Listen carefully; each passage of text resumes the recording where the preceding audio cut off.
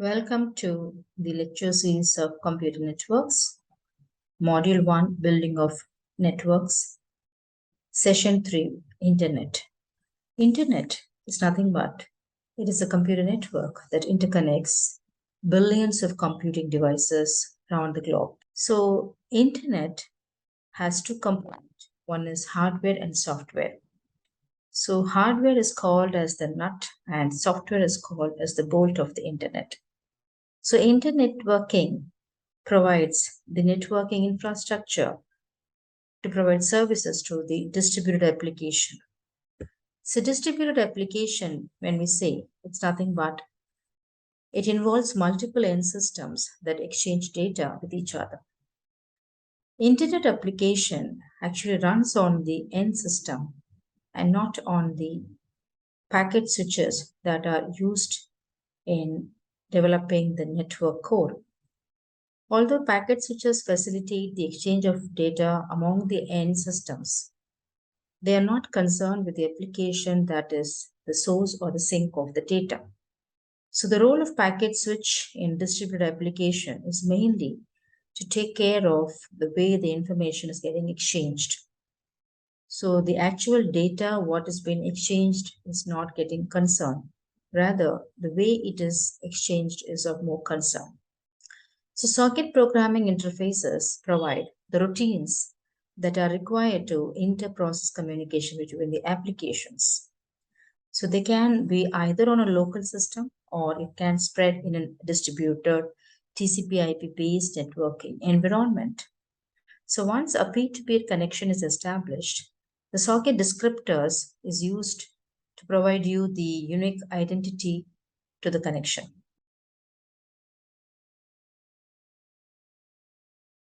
There are two main key components basically used to formulate internet using these end systems. They are communication links and packet switches. The communication link, what we are going to discuss here, it's basically the physical medium which is getting used to create this link. So the physical medium can be either coaxial cable, copper wire, optical fiber, or radio spectrum. So out of this coaxial cable, copper wire, and optical fiber, they fall under guided medium, while radio spectrum falls under unguided medium because it is wireless in nature. And based on the kind of physical medium what is getting adopted, each physical medium has their own features. One among that is the data rate. So the data rate it offers, each medium will be giving you different data rates. So data rate is nothing but the amount of information that are getting transmitted. So data transmission rate has a unit bits per second. So what is the number of bits in a second the link is able to forward? That is your transmission rate. So when I'm repeating, so when the link is able to transmit some information, so transmission rate is nothing but what is the amount of bits that are getting transmitted per second by the link. So when one end system has some data to send to another end system, the sending end system actually does segmentation. That is, suppose you have a series of bits coming up from one system, it's not going to be sent as such. Instead, it is segmented into some constant bits, which we so if the traffic what we are trying to generate falls under constant bit rate, that means say 5 bytes or 10 bytes. So each packet you're trying to divide into 5 bytes. So segmentation is basically the end system will not send the data as such. Instead, they segment the data. And to this segmented data, a field called header is getting added. So the header bytes are nothing but they are going to provide you the metadata about the payload or the segment what has been divided. Okay. So what do we understand from here? That is when one end system want to communicate an information to another end system. For example, you have a simple scenario diagram here. So for example, If the server want to send the data to the computer, it's not going to send the data just like that. Let us not bother about this downloading and uploading here. Let us take that there are two end systems. In this case, one end system is server, another end system is computer. So from server, some information is going to the computer. For example, it is not going to, this video as a data if you want to send. This video is not sent as such. Instead, this video is getting divided into packets, or I can say it is segmented into packets, and each segment will have some. So for example, here you have 1, 2, 3, 4, 5, 6. So these are number of segments. So this 1, 2, 3, 4 can be the header bytes, which is going to provide you the information about that corresponding segment of data. So when we discuss about the OSI model, we will be discussing this in more detail, how the payload is converted into, that is, encapsulation is a mechanism where we will be actually dividing the data into packets, and for each segment we had some metadata. So during the discussion what we make on OSI layer, that can be dealt a little more detail there.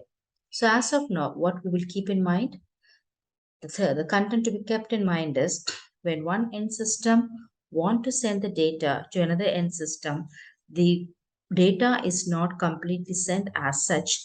Instead, it is segmented, and to each segment, some header bytes are getting added. And this resulting packet of information, that is the segmented packet, segmented data, each segmented data, we call them as a packet. So what is a packet? A packet will have the segment of data along with its header byte. So these packets are sent through the network to the destination end system. And in the end system, that is in the destination end system, upon receiving these segments of data, upon receiving these kind of packets, you have to reassemble them. So reassembling the packets has to be done in order to obtain the actual data, right? So what are the two components? Two components are communication link and packet switch. And this is the way the communication has to happen. So what is a packet switch? So packet switch is nothing but it takes the packet arriving on one of its incoming communication link and forward that packet onto its outgoing link. So there are two packet switches we normally use in internet. One is called router, another one is link layer switch. So both the type of these switches does the function of forwarding the data to the destination, out of which this link layer switch is basically used in access network, while your routers are used in network core. So the sequence of communication link and packet switches traversed by the packet from the sending end system to the receiving end system is known as route or path. So path is nothing but, as we discussed in the session 1 under fundamentals of data communication, we said what is the link, and subsequently in the session 2 when we discussed about topology, we have dealt with what is the difference between a link and a path. So here, what is a path? A path is nothing but sequence of communication links and packet switches that we are putting in between the sending end device and the receiving end device, and that will constitute something called as a path in which the actual informations are getting out. So now we can just, regarding the segmentation and reassembly, we can compare the packet switched network with some kind of transportation system. Let us assume that a factory where it has got more amount of cargoes want to send this cargo to some destination warehouse, which are very much a distance away from that factory. In that case, it has multiple cargoes. So what does it do? The factory will be segmenting the cargo. It will be, there is segregating or segmentation, both are same. It will be segmenting the cargo and loading them in each trucks. And these trucks will be, say for example, you have 10 trucks are getting used to load these cargoes. And these 10 trucks, they are actually traveling independently in the highway that is on the road. It can take any direction it want to go, any or I can say any routing it can take, any route it can take. And finally, it is getting intersected in the destination warehouse. So at the warehouse, what really happened? All the cargoes are unloaded and they're grouped together to form the actual. They are basically grouped and with the remaining cargo they are grouped. So similarly, on taking this analogy, we can say packets are analogous to the trucks. Communication links are analogous to the highways or roads in which the actual trucks are traveling, while packets is analogous to the intersections, while end systems are analogous to the building. There is your and your destination warehouse comes under the end system. So just as that, the trucks take a path through the transportation system. Here we can say computer networks. The packet takes a path in the to reach from one end system to another end system. So next we'll move on with ISP, Internet Service Providers. So what is this Internet Service Provider? So the end system can access the internet through these ISPs. So they provide you a type of network access to the end system.